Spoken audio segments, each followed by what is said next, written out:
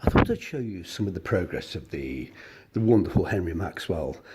I have two pairs, two identical pairs, and I showed a film a couple of days ago, and I've started to remove the polish from one of the shoes, and it looks a complete horror show. And you might wonder, what on earth am I doing? Why don't you just polish the shoes? Now, these, I did suggest in the previous video that I thought that this shoe was around about 1950. To be honest with you, having had a good look, I believe it to be earlier. And the other one too. Let me just pull the other one out. Here they are. Absolutely magical. They're in even nicer condition. So if anybody's going to throw their arms up in horror and accuse me of being a vandal and say, why on earth would you remove the beautiful black? I am looking to lighten the colour, and I'm looking to dye it a different colour. But of course, I'll be keeping the other pair completely original. These are in much better condition. Not that this pair are in bad condition, because they're in exceptional condition. But these are slightly better, so I'll be keeping those black. But nonetheless, that polish needs to be removed.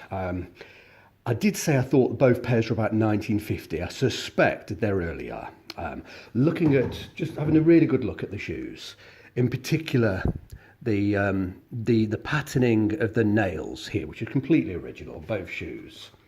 I think this one's 1940s. I think this one's 1930s. As you can see, that heel is worn out. It hasn't gone through on the rubber tip, but a lot of the leather's gone. But I do think the shoes are older. Now, such old polish, it turns to, let's get this shoe. You know, you could put a polish on that and put polish on top of polish, and it would come up very shiny. Now, this appears cracked, and it's not the skin that's cracked, it's the polish that's cracked. If these were to be worn and polished on top of polish, bear in mind the polish wouldn't reach the skin below. It would only build a layer on top of this polish that's already here. It would just crack, and this has turned to like plastic. It almost feels like, what's the word I'm looking for? Patent leather. And it's very plasticky. Now, these are not plasticky. Polishers contain solvents, and over time that solvent evaporates, and it's turned very plasticky. So I'm afraid it has to come off. Now, just for safety's sake, let's just put these out of the way. I don't want to risk knocking those on the floor. It has to come off, as I'm saying to you. There's no easy way around this. If they're not to be ornaments, I'm afraid the polish has to be removed. A lot of people say the patina's gorgeous. Yes, it is. But if they were ornaments, they'd be made out of bone china. These are made out of leather. They're meant to be worn, and I'm going to be wearing them, but I need to jolly well prepare them first. If I'm just to simply polish them, or even try to put moisturiser over this, I might as well rub moisturiser into this wood below here. The moisturiser isn't going to touch the skin. This surface is completely impervious to moisture. It's pretty much impervious to. It's so old. It's not doing its job anymore. It's not flexible. The skin can't breathe, and moreover, the skin can't accept a moisturiser to be drawn into the skin. These skins are dry, and what happens is also the polish shrinks, and it crushes the leather and causes it to wrinkle. So it's a horror show to see the shoe looking like this. As you can see, that toe cap, I've managed to get that rather light.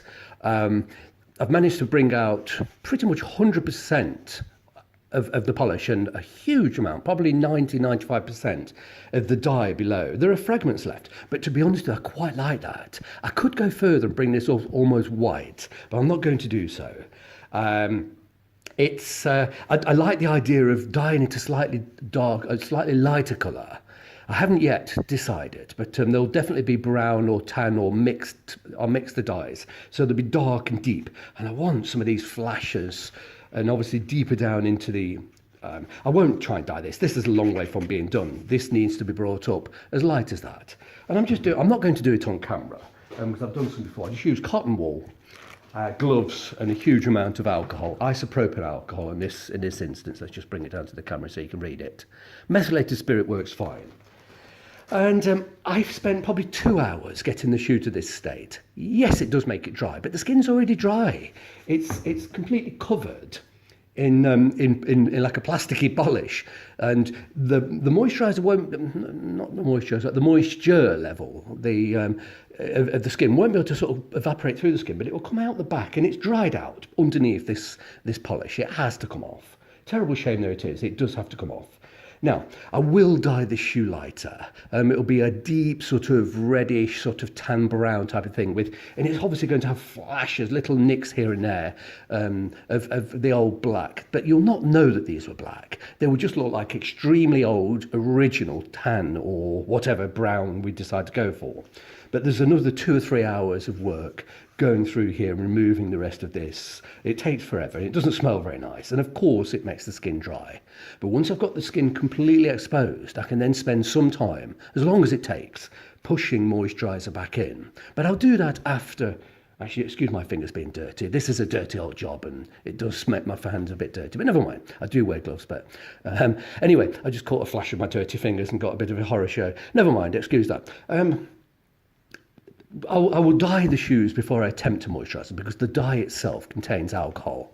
But I will be able to bring these back to pretty much new sort of feeling condition. They will look ancient, but they'll look absolutely stunning, they'll look original and they'll look unrestored.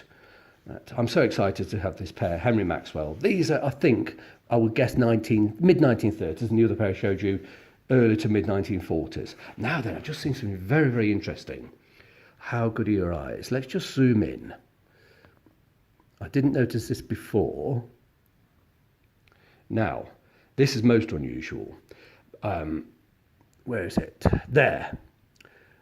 That piece of punching hasn't cut through. The leather's still there. Now, that's very, very rare. So obviously all the others have cut through and they're black underneath.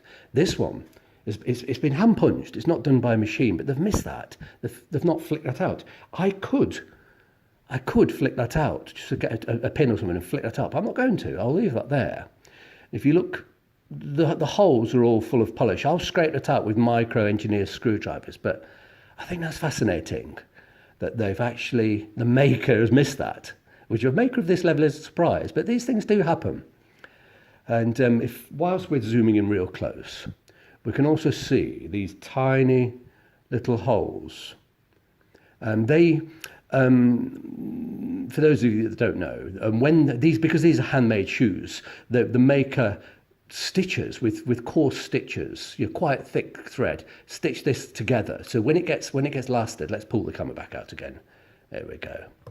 These little tiny holes, they get stitched up, just a single stitch, and that's how they work. And obviously when they're pulling by hand the shoe over the last, it needs to keep that closed. Of course, a machine just sort of holds the leather and it grabs everything. But of course, a human's only got 2 hands, and both the hands are involved down here, hand lasting, and that's the sign of a bespoke shoe. Had somebody contact me, he was buying some. He wasn't sure if they were. He was fairly sure they were bespoke. These were John Lobb. This was only in the last few days, and he was sure they were bespoke. And he asked me, do you think, and he showed me, I couldn't see from the photograph, I said, show me the soles. He showed me the soles and said, 100% bespoke. Now, after he'd bought them, he then noticed these tiny little holes, and he was a bit upset. He thought it was a defect. And I said, no, my friend, that's a sure sign that you've got a bespoke shoe, ready to wear, do not have that. And it's the same on this one as well, probably less easy to see because it's still got its polish on. But if we look very, very carefully, we can just see the scarring. But the lace comes across here and hides it, or at least it's supposed to. That one's a little bit off. That one's completely on.